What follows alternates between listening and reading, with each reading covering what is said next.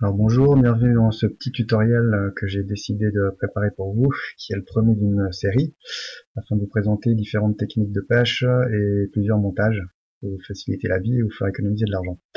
Alors l'idée de ce tuto aujourd'hui, c'est de remplacer cette fameuse petite tête plombée qu'on trouve dans le commerce qui sont assez chères, pas forcément au bon grammage, pas forcément de la bonne taille, il y a un petit ergot souvent dessus qui déchire les leurres. Voilà, donc c'est un moyen simple et pas cher, enfin économique, de remplacer cette tête plombée classique avec le montage que je vais vous montrer maintenant. Alors on prend tout simplement son bas de ligne. Ici j'utilise du fluorocarbone en 20 centièmes, mais on peut utiliser du 16 centièmes ou du 25 s'il y a des brochets dans le coin. Donc l'idée c'est de prendre donc son bas de ligne, un hameçon tout simple en taille 6 ou 8 pour la perche, hein, et qu'on adapte bien sûr à la taille de ces petits leurres souples. Ici donc j'ai un taille 6 avec des petits ergots anti-glisse à l'arrière pour éviter que mes leurres ne glissent sur la rampe de l'hameçon. Donc là je passe tout simplement mon bas de ligne, le brin libre dans l'anneau.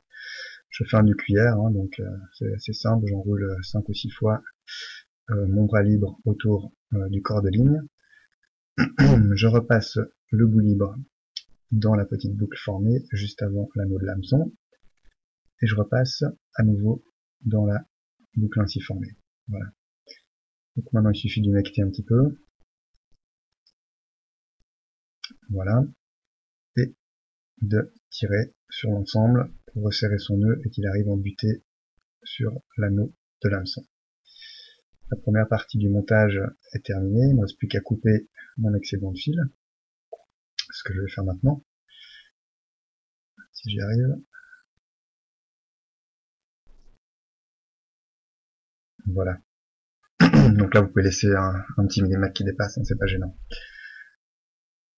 L'autre avantage de ce montage, c'est que j'ai mon leurre qui va être beaucoup plus souple sous l'eau qu'avec une tête plombée. C'est-à-dire qu'on peut aussi éloigner le plomb chevrotine sur le bas de ligne de 5 cm, 2 cm, 10 cm, 20 cm pour donner une nage beaucoup plus libre au leurre. Ça a surtout un effet lors des relâchés sous l'eau, c'est-à-dire que quand on tend sa bannière, on fait remonter son leurre depuis le fond de 1 mètre ou 30 cm et qu'on relâche d'un coup, il va avoir beaucoup plus de liberté quand il va être entraîné par le plomb et qu'il va redescendre en planant beaucoup plus librement. Donc là, en fonction des petits leurres utilisés, j'ai différents grammages. Ici, vous voyez, j'ai des chevrotines de 3 grammes pour un 3 pouces, 2 pouces et demi, 3 pouces. Mais pour des leurres un peu plus lourds, je peux mettre du 3,5, du 4, voire du 5 grammes, en fonction des conditions météorologiques. Parce que si vous pêchez profond, utilisez un grammage un peu plus conséquent, et puis également s'il y a du vent, pour une même meilleure perception des touches et une bannière un peu plus tendue, il vaut mieux pour cela utiliser un grammage un peu plus lourd.